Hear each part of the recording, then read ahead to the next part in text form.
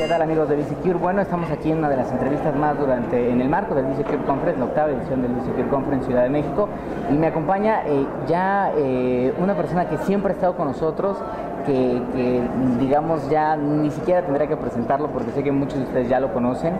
Es Pavel Orozco de Websense. Pavel, de nuevo, muchísimas gracias por creer un año más en el evento y también por acompañarnos de nuevo a la octava edición del VSecure Conference. ¿Cómo estás?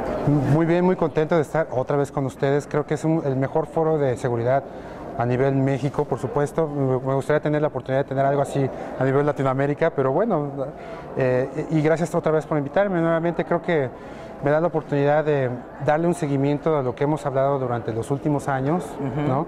Y finalmente confirmar que efectivamente lo que ha estado haciendo Websense estos años le da mucho sentido a las organizaciones de hoy día, ¿no?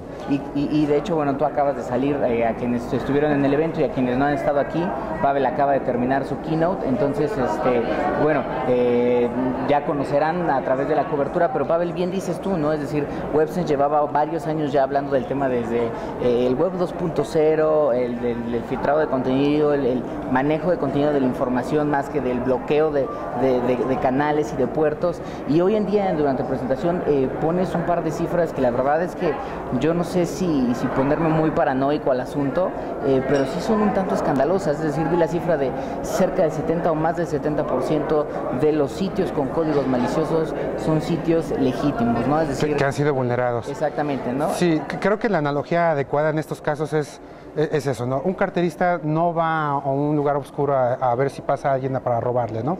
Un carterista va justamente a donde está la mayoría de la gente, ¿no? Al metro, al Zócalo, a donde sea, ¿no? Eso es exactamente el mismo mecanismo que utilizan los cibercriminales para poder distribuir su código, ¿no? La mayoría de las propiedades en Internet, las más importantes, son con contenido de Web 2.0 y es justamente los que más código malicioso distribuyen, ¿no? Ponte a pensar en cuestiones, por ejemplo, como Google, ¿no?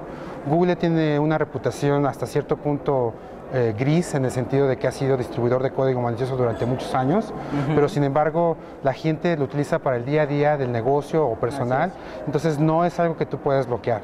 Ahí da mucho sentido precisamente la capacidad de poder identificar en tiempo real lo que está sucediendo en función, en principio, de la gente, en función del dato y finalmente en función del sitio per se, ¿no? Claro.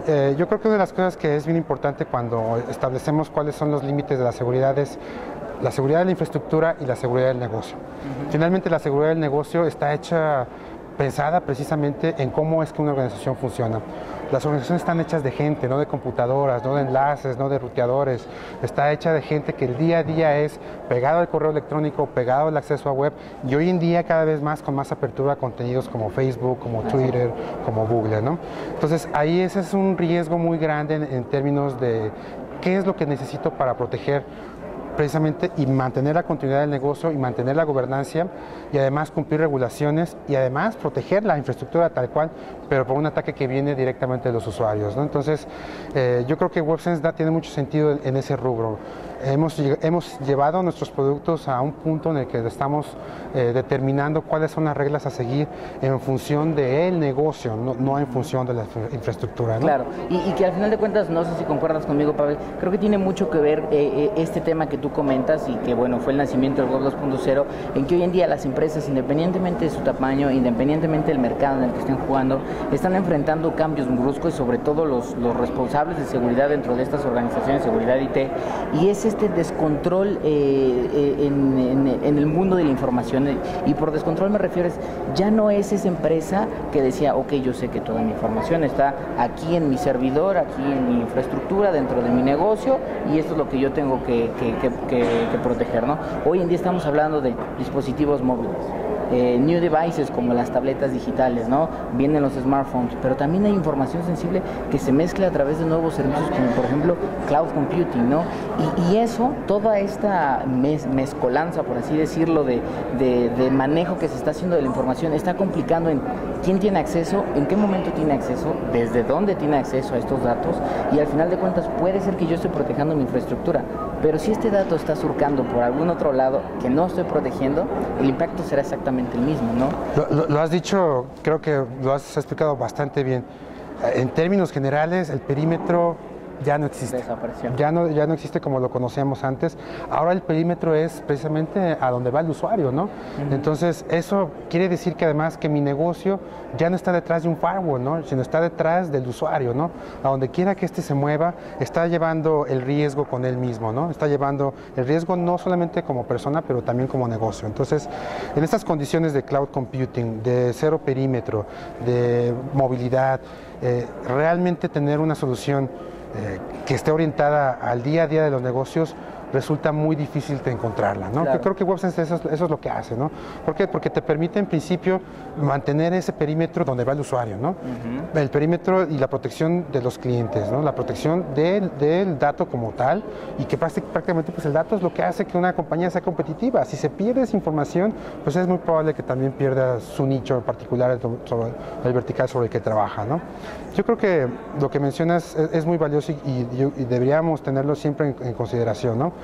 No hay perímetros, los datos están fuera, mi universo se ha extendido, ¿no? Claro, perfecto. La infraestructura pues cada vez es más intangible, por lo tanto las soluciones tienen que llevarme hacia ese punto donde yo pueda tener la seguridad, no de la infraestructura, pero sí de mi gente. Perfecto. Oye, Pavel, y quizás ya no para robarte ya tampoco tanto tiempo y que bueno, sigas aquí con nosotros en el B-Secure Conference. Ya le atinaste hace varios años, ya le atinaste en WebSense, le atinó hacia dónde se está moviendo el mercado. 2010, desde mi perspectiva, la verdad es que yo no soy un experto como tú, pero creo que cosas como Operación Aurora, Stuxnet, Zeus, el crecimiento que tiene este malware botnet troyano y la capacidad que tiene para el robo de información financiera y al final de cuentas Operación Dragón y bueno, podemos mencionar mil cosas más, creo que marcan, y el fenómeno Wikileaks, marcan un punto y aparte para todos los profesionales de seguridad informática en la manera en la que pensamos, y tú ya has comentado mucho de eso, la manera en la que pensamos cómo vamos a proteger nuestro negocio durante los siguientes 10 años, ¿no? Durante la primera década, ya terminó la primera década del siglo XXI, durante la segunda década, del siglo XXI. Tú como experto que estás dentro de una compañía de seguridad informática como es WebSense, ¿hacia dónde ves con estos puntos rojos que se vieron en 2010, ¿hacia dónde crees que se moverá? Sé que es difícil, pero bueno. En realidad no es tan difícil, ¿no? De hecho ya lo estamos viendo, ¿no? Tú lo has mencionado. Yo creo que todo va a que no haya fronteras, ¿no?